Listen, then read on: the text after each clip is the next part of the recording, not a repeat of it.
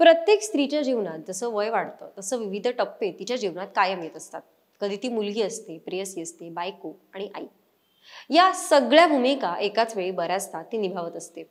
त्यापैकी सर्वात महत्वाची भूमिका म्हणजे आई. भूतकाळात डोकावून पाहिलं तर स्त्रीचं जीवन हे चूल मूल यापुरतं सीमित होतं.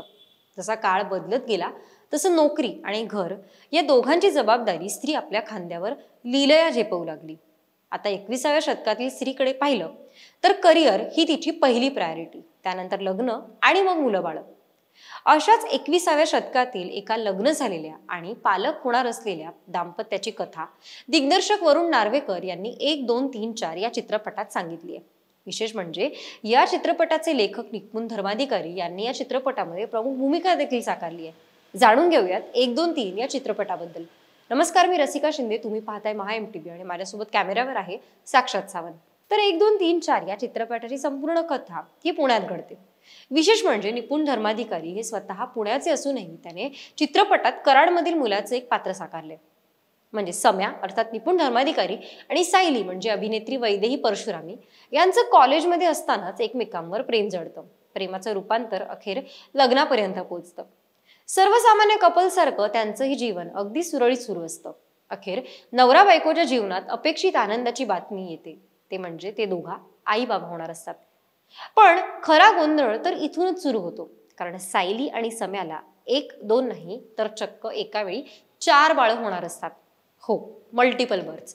पुढे त्यांच्या जीवनात काय रोलर कोस्टर राईड येते ते पाहण्यासाठी तुम्हाला 1, 2, 3, 4 हा चित्रपट नक्की पाहावा लागेल.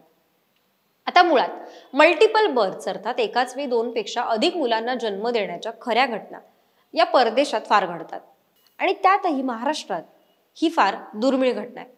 खरं तर दिग्दर्शक आणि लेखकांनी आई वडील होणाऱ्या त्या 2 व्यक्तींच्या जीवनातील त्यांचं मानसिक जीवन हे कसं बदलतं यावर विशेष भर दिलाय. कारण आपण पालक होणार याचा आनंद व्यक्त करायचा की आपल्याला एकावेळी 4 मुलं होणार आहेत, त्यांचं वैद्यकीय जीवन किती सुदृढ असेल याचा विचार करायचा. अशा अनेक द्वंद्व वैचारिक प्रवासातून जाणाऱ्या प्रत्येक कपलचं प्रतिनिधित्व करणारी ही कथा आणि सम्या सायली आहे.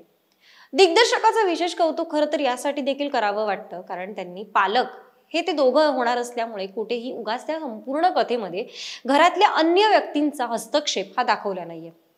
मध्यंतरापूर्वी काही काळासाठी जरा कथा भरकटलेली वाटते, पण मध्यंतरानंतर जेव्हा पुन्हा कथेला सुरुवात होते, जेव्हा कथा पुढे जाते, तेव्हा मध्यंतरापूर्वी ज्या घटना घडतात त्यांचा जोडणारा संदर्भ हा बऱ्याच दृश्यांतून समजतो. याशिवाय मूल होण्यापूर्वी बाळांसारख्या दिसणाऱ्या भावऱ्यांसोबत सम्या आणि सायलीचं भावनिक नातं निर्माण करण्याचा जो प्रयत्न आहे, तो जो थॉट आहे, तो खरंच विशेष उल्लेखनीय वाटतो. खरं तर समाजात एक असा समज आहे की अलीकडची नवी पिढी ही लग्न करायचा निर्णय फार विचारांती घेते. मग मुलं होण्याचा निर्णय तर त्याहूनही कठीण. अर्थात त्याला अनेक कारणं आहेत, जसं की करिअरच्या संधी, आर्थिक, मानसिक स्थैर्य आणि या सगळ्यात इतकं माणूस व्यापून जातो की एका नव्या जीवाला जन्म देणं फार अवघड होतं. आणि बऱ्याचदा हीच कारणं पिढीकडून दिली जातात. पण त्यांच्या आणि समाजाच्या विचारांना भेदणारी या चित्रपटाची कथा ही नक्कीच आहे.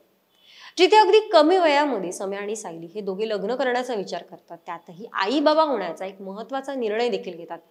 त्यामुळे आजच्या पिढीला एक वेगळा दृष्टिकोन देणारा हा चित्रपट नक्कीच ठरणार आहे.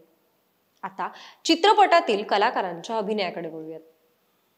यंग कपलचं योग्य प्रतिनिधित्व निपुण धर्माधिकारी आणि वैदेही परशुरामी यांनी खरंच केलंय.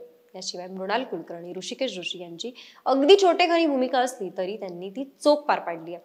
चित्रपटाचं पार्श्वसंगीत तरुणाईच्या मनाला भिडणार आहे. उडत्या चालीचं संगीत कथेला प्रसंगांना हे साजेच असणार आहे.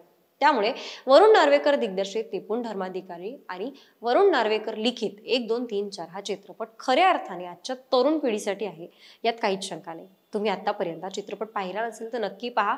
तुमचा हा चित्रपट पाहण्याचा दृष्टिकोन काय होता, तुमचा पॉइंट ऑफ व्ह्यू काय होता, तो आम्हाला कमेंटच्या मार्फत नक्की आमच्यापर्यंत पोहोचवा. त्यासाठी महा MTVच्या YouTube चॅनलला सबस्क्राईब करा, फेसबुकवर आम्हाला लाईक आणि फॉलो करायला विसरू नका आणि हा व्हिडिओ आवडल्यास शेअर नक्की करा. भेटूयात पुन्हा एकदा. तोपर्यंत धन्यवाद.